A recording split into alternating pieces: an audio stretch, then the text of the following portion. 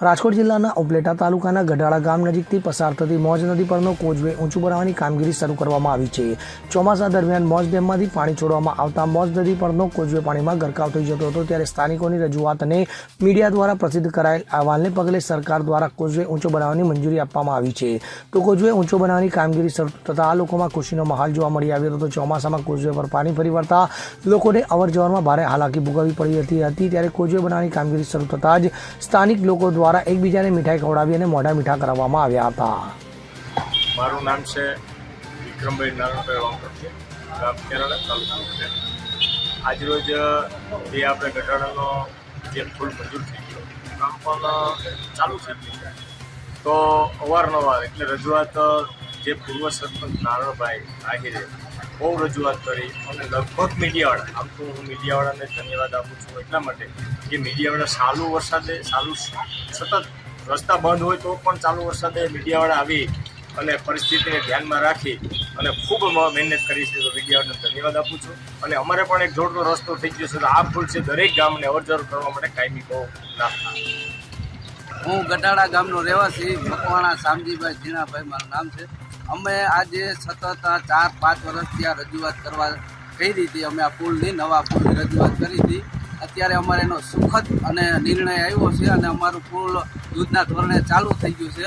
અને મીડિયાના માધ્યમથી અમે આ 4 વર્ષથી આ પ્રતિક્રિયા આપતા હતા મીડિયાના માધ્યમથી। મીડિયાએ અમારું બહુ સારું કામ કર્યું છે। મીડિયાએ છે સરકાર સુધી આ વાત પહોંચાડી છે અને સરકારે આ વાત ધ્યાનમાં લઈ અને અમારો નવો પુલ અત્યારે મંજૂર કર્યો છે અને યુદ્ધના ધોરણે કામ પણ ચાલુ કર્યું છે। અને અમારા ગઢાળા ગામમાં અત્યારે એવું ખુશીનો આનંદ છે કે અમે મીઠાઈ વેચી અને બધાને આનંદ અનુભવી છીએ। અને અમારા પૂર્વ સરપંચ નારાયણભાઈ આહિર છે, તેમને બહુ જ આમાં ખાસ ધ્યાન આપ્યું છે, ત્યાં આગળ જતાં અમારે આ સુખદ પરિણામ આવ્યું છે। ઉપલેટા તાલુકાના પૂર્વ સરપંચ ગઢાળા ગામના નારાયણભાઈ આહિર આજે છેલ્લા 4 વર્ષથી સતત નવા પુલ બાબતની અમે રજૂઆત કરતા હતા, ત્યારે આ પુલ મીડિયા છેલ્લા 4 વર્ષથી એક ધારો સતત ચલાવેલ હોય, જેથી અમે મીડિયા તમામ ચેનલોને અખબારોને ખૂબ ધન્યવાદ પાઠવીએ છીએ। જો અમારો પુલ થયો હોય તો ફક્ત મીડિયાની જ મહેરબાનીથી થયો છે, મીડિયાની દયાથી થયો છે। બાકી અવારનવાર રજૂઆત અને અમારી રજૂઆત પછી સરકારે સાંભળેલ હોય, જેથી અમે મીડિયાનો ખૂબ ખૂબ આભાર માનીએ છીએ। તેમજ અધિકારીઓએ પણ અમારું કામ તાત્કાલિક કરાવેલ છે, જેથી આજે આ કામ અમારું શરૂ થઈ ગયેલું હોય, તેથી અમે ગામ લોકોને પેડા વેચી, મીઠાઈ વેચી અને ખૂબ જ અનુભવ કરેલ છે।